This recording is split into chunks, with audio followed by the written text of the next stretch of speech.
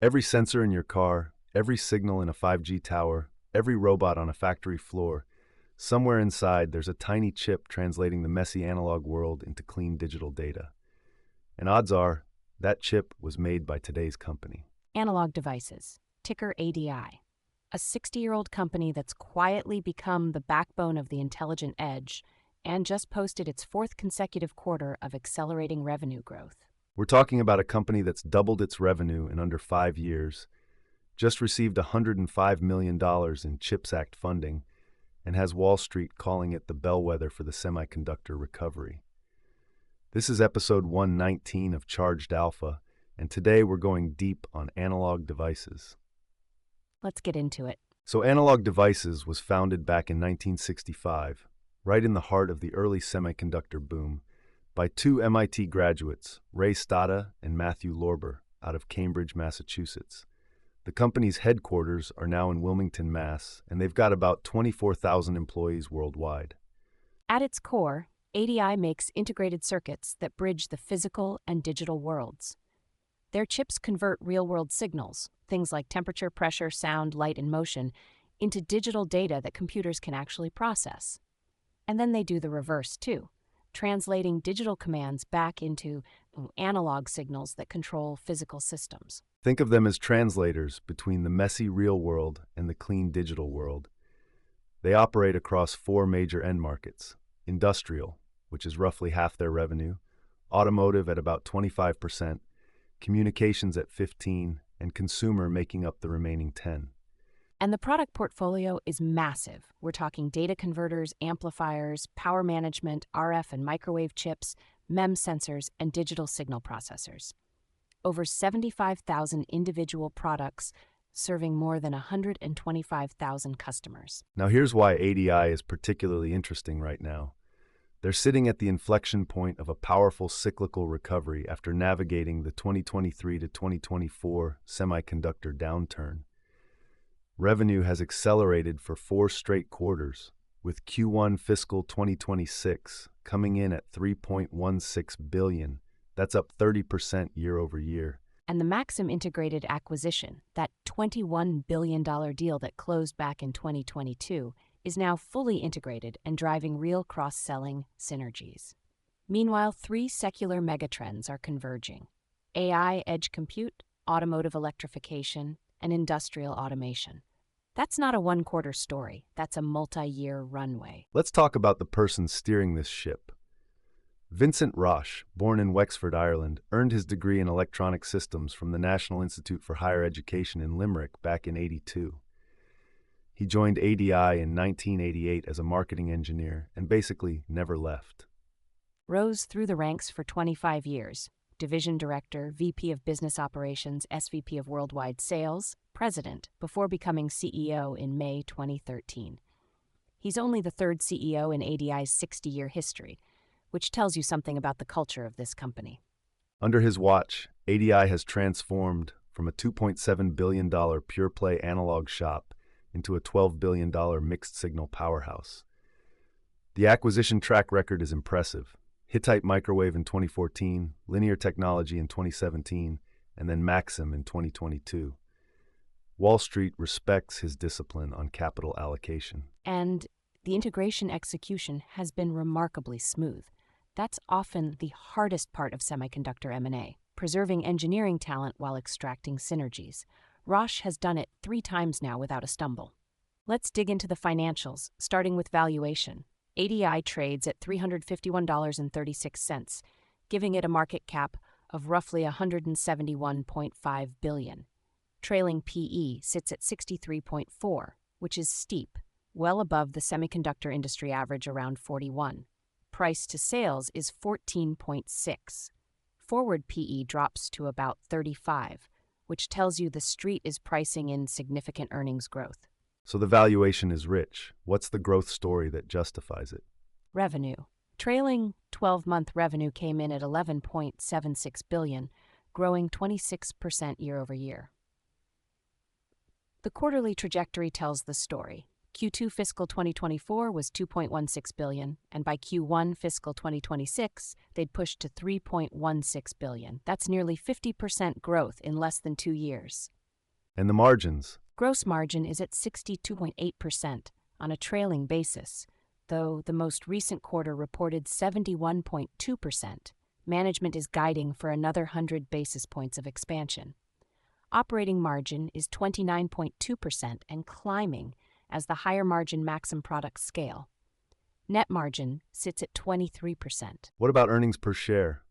Trailing EPS is $5.50, with the most recent quarter at $2.46, which beat estimates. The Q1 beat was clean, not driven by one-time items. On the cash flow side, operating cash flow over the trailing 12 months was $5.05 billion, with free cash flow at $4.56 billion. That's a 39% free cash flow margin. Exceptional for a semiconductor company. They generated $1.26 billion in free cash flow in Q1 alone. And the balance sheet?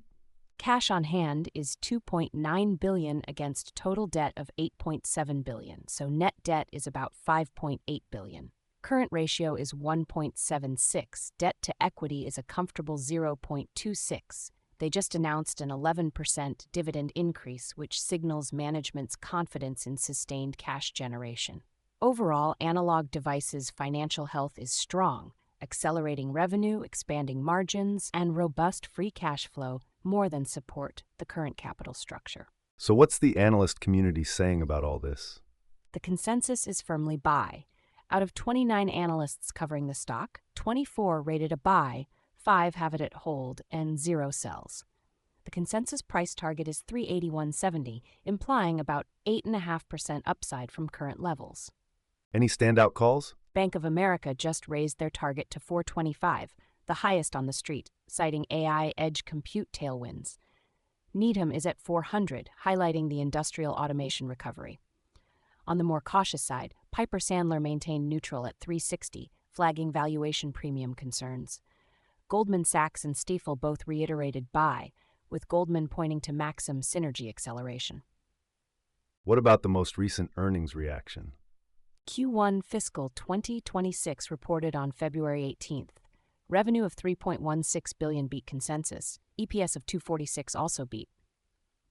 Management guided for continued sequential growth in Q2 with further margin expansion. The stock responded positively, and the 11% dividend hike was the cherry on top.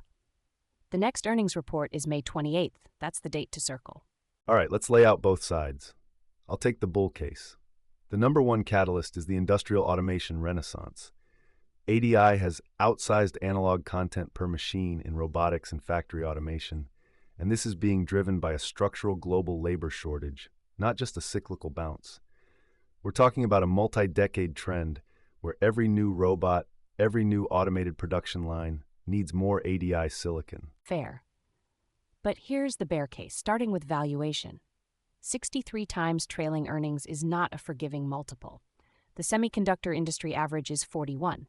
If ADI misses a quarter or growth decelerates, you could see meaningful multiple compression. A normalized 21 times earnings, which some bears argue is more appropriate, would imply a stock price closer to $264. But that forward PE of 35 already bakes in earnings growth. And the AI edge compute opportunity is real. The Max 78000 series microcontrollers solve the power efficiency bottleneck for battery-powered AI devices. That could be a $2 billion incremental opportunity by 2028. True, but the bear would counter with cyclicality risk. Semiconductors are inherently cyclical, and we've seen 4 quarters of recovery. History shows that inventory restocking phases can overshoot, and if macro conditions deteriorate, especially in industrial spending, ADI's largest segment gets hit first. What about the CHIPS Act funding? $105 million for domestic fab modernization. That reduces supply chain risk and boosts capacity. It helps on the margin, but the bigger geopolitical concern is China. Emerging Chinese analog competitors are slowly building capability in lower-end segments, and any escalation in trade tensions creates uncertainty across the supply chain. ADI isn't immune to that. Let's see how ADI stacks up against the competition. The 3 closest peers are Texas Instruments, NXP Semiconductors, and Microchip Technology.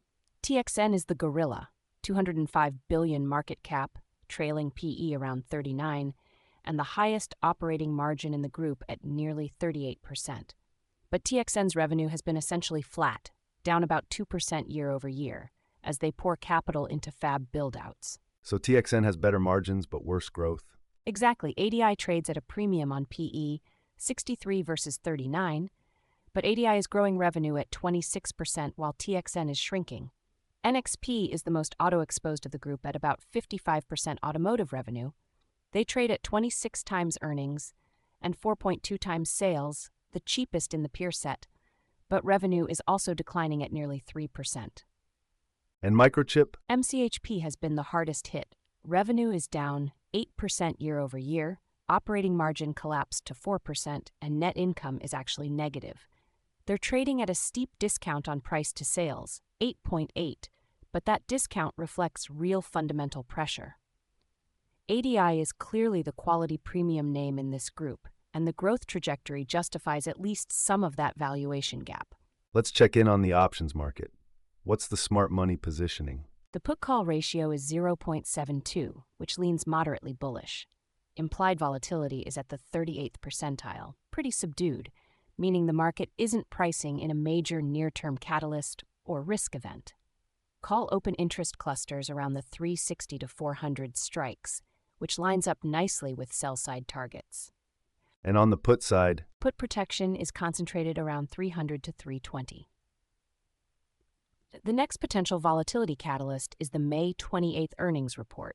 If you're thinking about positioning, that's when the options market is likely to wake up. Worth noting, options data is a snapshot, not a prediction. It tells you where bets are being placed, not where the stock is going. What about the people who know the company best, the insiders? Activity has been routine. CEO Roche received a grant of about 56,000 shares in March, with roughly 17,000 withheld for tax obligations. That's standard compensation cycling. Director Ray Stada, one of the original co-founders, by the way, executed pre-planned 10b5-1 sales in January, totaling about $1.85 million at prices between $294 and $302. So no red flags? No red flags? This is textbook executive compensation activity, not conviction selling. And when you see a co-founder selling on a pre-planned schedule at under 2% of their holdings, that's portfolio management, not a signal. Let's round up the key risks and what to keep an eye on. 5 things to watch. First, margin trajectory. Management guided for 100 basis points of gross margin expansion in Q2. If that stalls, it undermines the earnings growth thesis. Second, industrial spending. ADI gets roughly half its revenue from industrial end markets. Watch the ISM Manufacturing Index and global CapEx trends. Third, the China wildcard. Chinese analog competitors are building capability, and any trade policy escalation could disrupt both demand and supply chains. Fourth, valuation sensitivity. At 63 times earnings, this stock has very little room for disappointment. A single earnings miss could trigger a double-digit correction. and number 5. Inventory levels. The semiconductor cycle turns on inventory. If channel inventory builds ahead of real demand, the recovery narrative breaks down. Watch days of inventory outstanding and customer commentary around restocking. So let's bring it all together. What's the charged alpha bottom line on analog devices? ADI is a premier semiconductor franchise riding the convergence of 3 powerful secular trends: AI edge compute, automotive electrification, and industrial automation. The financial health is strong, the acquisition track record is proven, and free cash flow generation is elite at nearly 40% margins. The risk is the price you pay for that quality. 63 times trailing earnings requires a lot to go right. That's the tension. The bull case says this is a high-quality compounder with a multi-year growth runway that justifies the premium. The bear case says premium valuations compress fast when growth decelerates. The key metric to watch is quarterly revenue trajectory. As long as ADI keeps printing sequential growth and expanding margins, the thesis holds. If either one stalls, the downside is meaningful. Love it. All right, let's close out with a quote that I think captures what makes this company special. Vincent Roche, the CEO, once said, The best, most innovative products we've launched over the years have been the result of collaborative innovation with our most challenging customers. That right there is the moat in one sentence. It's not just about making the best analog chip. It's about being so deeply embedded in your customer's design process that you become irreplaceable. That's how you build a 60-year company that keeps compounding. That's going to do it for episode 119 of Charged Alpha. Today we went deep on analog devices, the bridge between the physical and digital worlds, growing at 30%, generating $4.5 billion in free cash flow, and positioning itself at the center of the AI edge revolution. And hey, if you want to run the same research workflow we use to build these episodes, everything's free at chargedalpha.com. 11 screening tools across stocks, ETFs, options, crypto, bonds, REITs, commodities. No sign-up, no paywall. The same data that powers this show is sitting there waiting for you to run your own screens. Check it out. Until then, I'm Hudson Thomas. This podcast is for informational and educational purposes only. Nothing discussed today constitutes a buy, sell, or hold recommendation for any security mentioned. All investments carry risk, including the risk of total loss of principal. Past performance does not guarantee future results. Always do your own research and consult with a qualified financial advisor before making any investment decisions. The hosts and producers of Charged Alpha may hold positions in securities discussed on this show. This episode was researched, written, and produced using AI-assisted tools. All data has been aggregated from publicly available sources and may contain inaccuracies. Data is current as of the recording date and may have changed. Ooh-wee-doo! That ticker tape starts dancing fast. A bull market thrill that's built to last. Dividends are ringing up the swing. Listen to that sweet ka-ching. It's a Wall Street swing. That fast-paced rhythm makes you sing. Yeah, the Wall Street swing.